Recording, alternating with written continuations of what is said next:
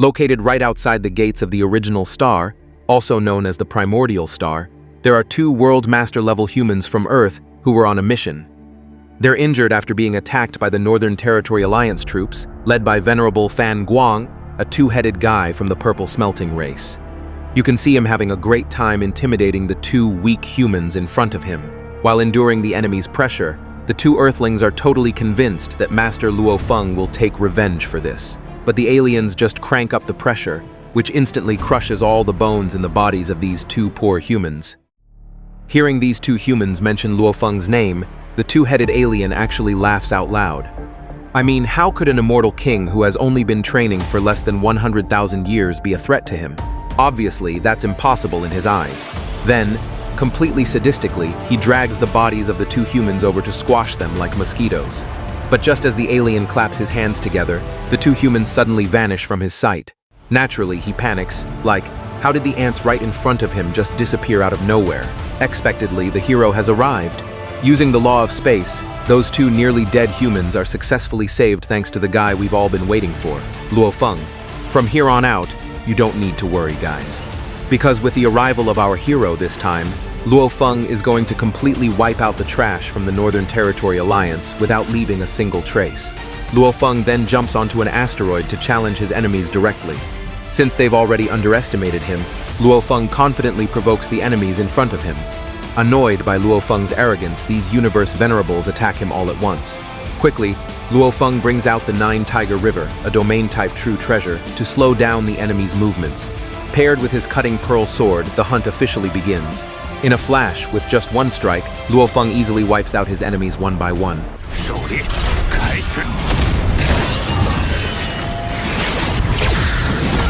Seeing how insane Luo Feng's strength is, one of the aliens there is totally shocked and asks, how is it possible for an immortal king to just easily kill Universe Venerables in the blink of an eye?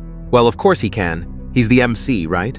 Seeing his subordinates getting slaughtered so easily, Venerable Fanuo gets furious.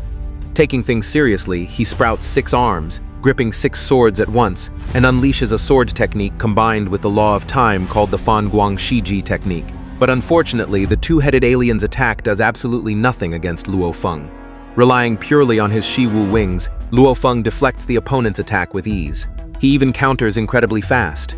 With a single sword slash using the Golden Light technique, the two-headed alien is killed instantly.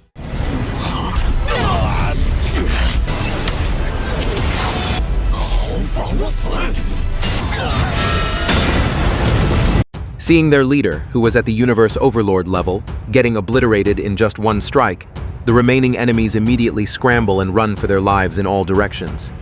But since Luo Feng is truly here to hunt, he isn't going to just let his prey run away. To speed things up, Luo Feng brings out his golden-horned beast body to execute the fleeing prey.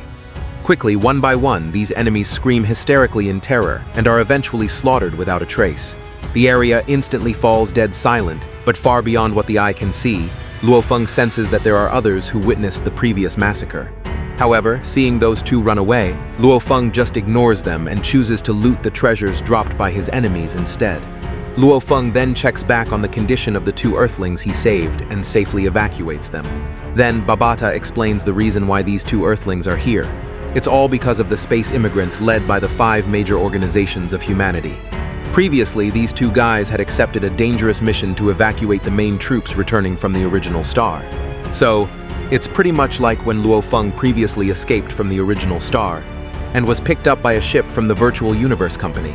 But unfortunately, the mission for these two Earthlings didn't go as planned, and their entire pickup team got massacred. Seeing all this unfold, Luo Feng actually feels guilty because he previously signed an agreement handing over half the control of Earth to the 5 major organizations. Since Earth is considered special for giving birth to strong warriors, immigrants representing these major organizations flocked to Earth. Slowly but surely, with Luo Feng being absent for quite a long time, many irresponsible individuals from the 5 organizations started intimidating Earth's native inhabitants again. Even the cloud vine that previously acted as a border between the natives and the immigrants was forcibly destroyed by one of the Venerables from the 5 organizations. This time, the only solution is for Luo Feng to use his adventure to find a way to fully take back the rights to Earth by buying it back using the loot he gathers from his mission on the original star. That way, the rights of the people on Earth will finally be safe under his control. Hearing this, Babata agrees with Luo Feng, even though she didn't agree before. But with Luo Feng's current strength, his hunt in the original star this time is definitely worth doing. Luo Feng can even hunt outside the exits of the original star, which is obviously going to be as profitable as it is right now. From his previous looting earnings, Babata calculates and explains that Luo Feng has already gotten a total equivalent to 100 billion Hunyuan. If added to the treasures Luo Feng already owns, his total wealth right now is 4.18 trillion Hunyuan. Meanwhile, the target needed to buy back the rights to Earth is roughly around 10 trillion Hunyuan. After that, Luo Feng hits the gas and heads straight for original star number 02881 to settle an old score while hunting down his main target. His main goal is none other than to perfect his Shiwu wings by snatching the black wings owned by Venerable Tienyang. So he doesn't raise any suspicion, and to prevent his target from escaping early, Luo Feng decides to use his golden-horned beast form to track down Venerable Tienyang. After wandering around for quite a while, the Shiwu wings start vibrating, triggering a resonance between his Shiwu wings and Tienyang's black wings, which immediately gives him a clue that Tienyang is nearby right now. In this hunt, Luo Feng isn't just eyeing Tienyang's wings, but also his other valuable assets too. It's pretty obvious that having the Shiwu wings, combined with his long adventure on the original star, Tienyang must have collected a ton of treasures by now. Turns out, Luo Feng's hunt this time catches the attention of a third party, a guy loaded with treasures inside his ship named the Lord of Fanuo Fortress, someone from the Thorn Ring Alliance who is on a mission to track down Tienyang. Inside his spaceship, the Lord's servant reports that they've found Tienyang's whereabouts. It's revealed that their goal in tracking down Tienyang is for a mysterious, incredibly valuable treasure for their alliance. However, during their tracking, they notice someone else approaching Tienyang's location. Hearing this, the Lord of Fanuo Fortress just gives a subtle smile. Well, looks like he's cooking up a sneaky plan, guys. Back to Luo Feng. While tracking Tienyang, his presence suddenly vanishes into thin air. At this point, Luo Feng already guesses that Tienyang has noticed him. After arriving at the exact spot where Tienyang disappeared, Luo Feng spots an entry portal leading to another planet within the original star. After shifting to another planet, Venerable Tienyang finally decides to stop running and chooses to directly challenge the space beast in front of him. In their second meeting in 20,000 years, Luo Feng tells Tienyang that he really missed the resonating vibration of his Shiwu wings. Hearing Luo Feng's joke, Venerable Tienyang mocks him back, saying that a space beast he defeated back then managed to escape. But this time, seeing that beast show itself directly again, Venerable Tienyang is more than happy to take the beast's wings that he missed out on last time. The vibe of the battle changes instantly when Venerable Tienyang unleashes a hidden power he's never shown before. Suddenly, the entire forest area gets covered in this intense pitch-black darkness, making the golden-horned beast's movements incredibly slow, almost as if he's stuck in a super thick mud swamp.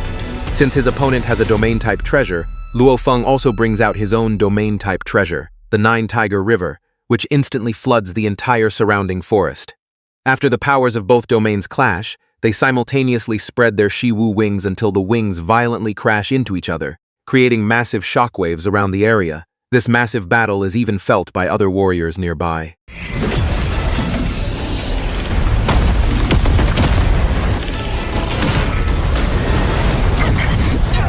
For his third attack, Tienyang activates a technique from his senior true treasure called the Eight-Light Shuttle, a spirit weapon-type treasure that can wrap the golden-horned beast's body in a flexible iron cage completely immune to physical force.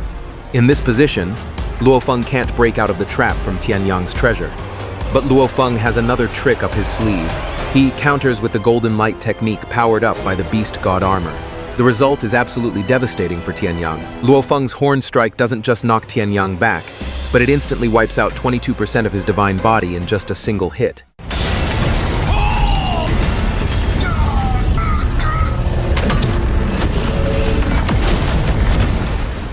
On the flip side, we're shown the Lord of Fanuo Fortress prepping his sneaky plan to snag the treasures owned by Tienyang, which he believes will serve as a foundation to upgrade his alliance.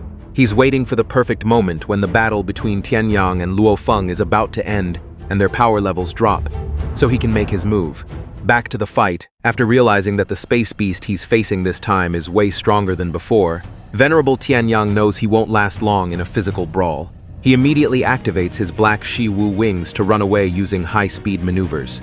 Not wanting to let his prey slip away, Luo Feng unleashes his ultimate technique called I Am the Universe. Through the fusion of the Gold Law and Space Law, added with the perfect genetics of the Golden Horned Beast, and combined with the Nine Tiger River, this technique quickly makes the world feel like it's under the total control of the Golden Horned Beast, sealing off every single escape route for Venerable Tienyang. Inside the miniature universe, Tienyang tries to fight off the domain attack from the Nine Tiger River using his 8-light shuttle. But trying to counterattack from inside a world controlled by Luo Feng is completely useless. Feeling like there are no more escape routes, that robot finally chooses to self-destruct. In an instant, Venerable Tienyang's body is obliterated without a trace.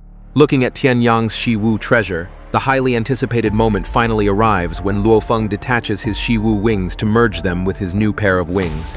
The two pairs of silver wings immediately resonate with each other. But it's not just the Shi-Wu wings. It turns out there's another treasure that catches Luo Feng's eye, a red triangular prism-shaped stone known as the Qi Jing Stone, or if you check fandom.com, it's called the Disambiguation Mirror Stone. So, it's not just some ordinary rock. It's a true treasure packed with incredibly strong space laws, and also acts as a key to enter a mysterious temple. Knowing that the Qi Jing Stone has a much higher value than a regular true treasure, its estimated worth is actually higher than 10 trillion Hunyuan. Luo Feng plans to use this stone to negotiate the rights to Earth with the leaders of the 5 major organizations in the universe. At this point, Babata notes she heard a rumor that 20,000 years ago, when the Qi Jing Stone first appeared, it instantly triggered a massive scramble among various races of Universe Master Level warriors.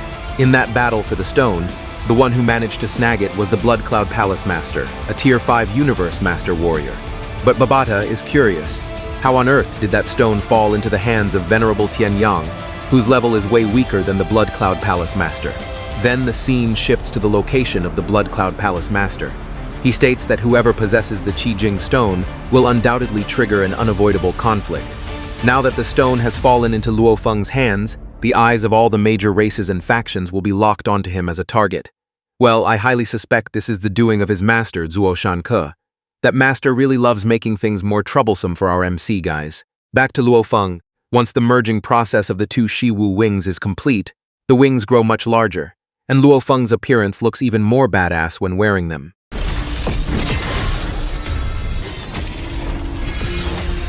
Not long after, the Lord of Fanuo Fortress shows up and launches a sneak attack on Luo Feng. However, with the speed of his Shi-Wu wings, Luo Feng effortlessly slices right through the incoming vine. Realizing that this attack is the work of Lord Fanuo, Babata steps in, and she explains that the creature in front of Luo Feng is a plant-type special life form, with a genetic level 1,000 times the norm, and he's also a top Universe Overlord level warrior affiliated with the Thorn Ring Alliance. Not only is he strong, but he also boasts a massive divine body of 1 million kilometers, and he has 2 clone bodies equivalent to 3 top Universe Overlords. A plant-like clone full of stalks called the Blossoming Snowvine and a humanoid plant. Without any hesitation, one of Lord Fanuo's clones directly threatens Luo Feng to hand over the Qi Jing Stone. But instead of backing down, Luo Feng just replies to that petty threat with a sharp glare, and instantly summons his golden horned beast form right beside him, completely ready for an open physical confrontation. The battle breaks out, and Luo Feng attacks right away using his Shi-Wu wings, easily slashing one of the opponent's vines. As for the golden horned behemoth body, even though the enemy's blossoming snowvine tries to apply massive pressure, the golden horned beast wearing the beast god armor just keeps growing larger at a crazy speed. With its sharp gold-engraved claws, the space beast effortlessly tears through every vine that tries to get close, proving that its physical strength completely exceeds Lord Fanuo's expectations. Once it breaks free from the enemy's binds, the golden horned beast lets out a roar that instantly flattens the opponent's plants. Moving into round 2, the real fight between the two kicks off. It starts with the golden horned beast taking on the blossoming snowvine, while Luo Feng faces off against Lord Fanuo's clone. The enemy forces launch a simultaneous attack, and then the opponent's clone unleashes an ultimate technique by absorbing those vines into his arms and throwing a punch straight at Luo Feng's body. Luo Feng counters the attack with his cutting pearl sword combined with the golden light technique. One by one, the strikes Luo Feng lands inflict severe damage on his opponent's clone body.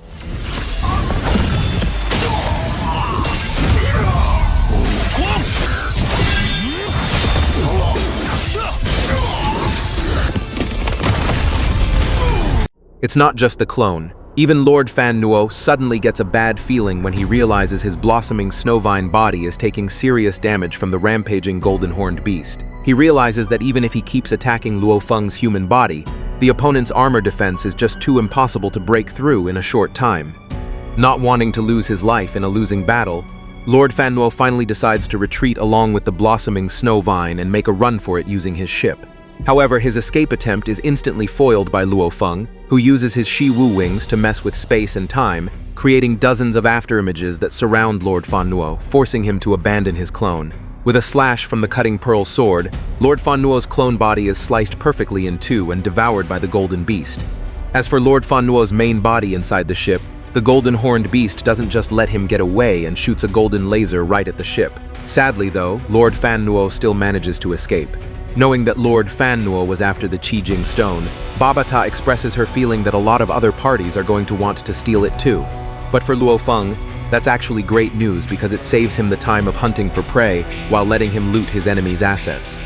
However, not long after, Luo Feng senses a Universe Master approaching his position. Not wanting to take any unnecessary risks, Luo Feng bails from the area.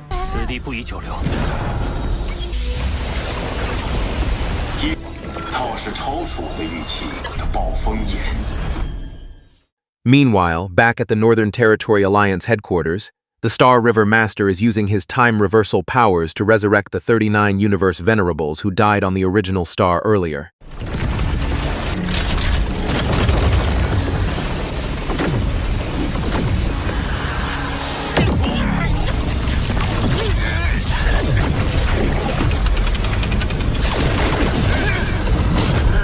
After hearing the news that they were completely one-sidedly slaughtered by Luo Feng, it's pretty much confirmed that his strength is now on par with a top Universe Overlord.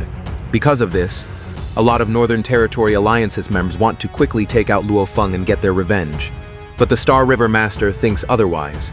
As a strategic move to destroy Luo Feng, the Star River Master orders the massive spread of information regarding Luo Feng's true strength across the entire universe.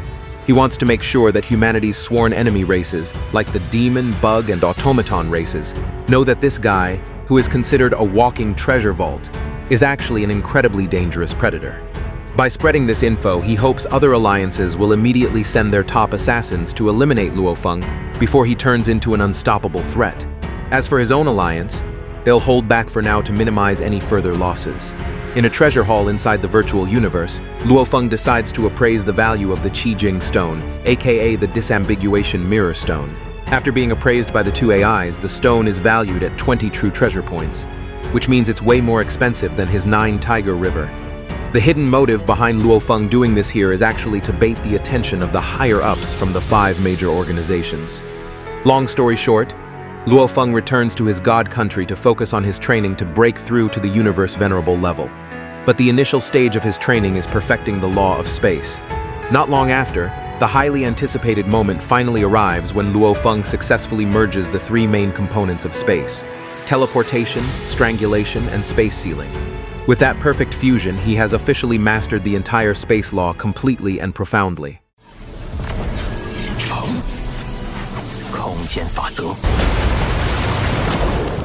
After he appraises the price of the Qijing stone, it instantly triggers an alarm at the highest ranks of the human race.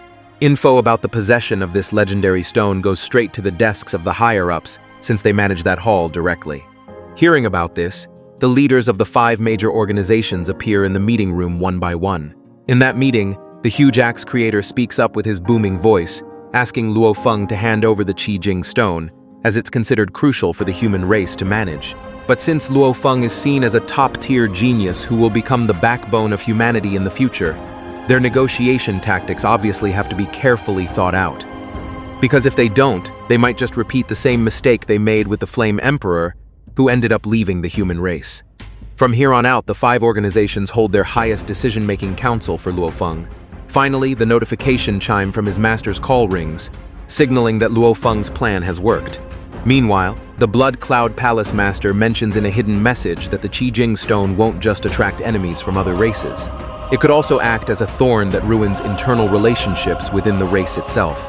Well, can the Blood Cloud Palace Master actually monitor Luo Feng's activities through the Qijing stone, guys?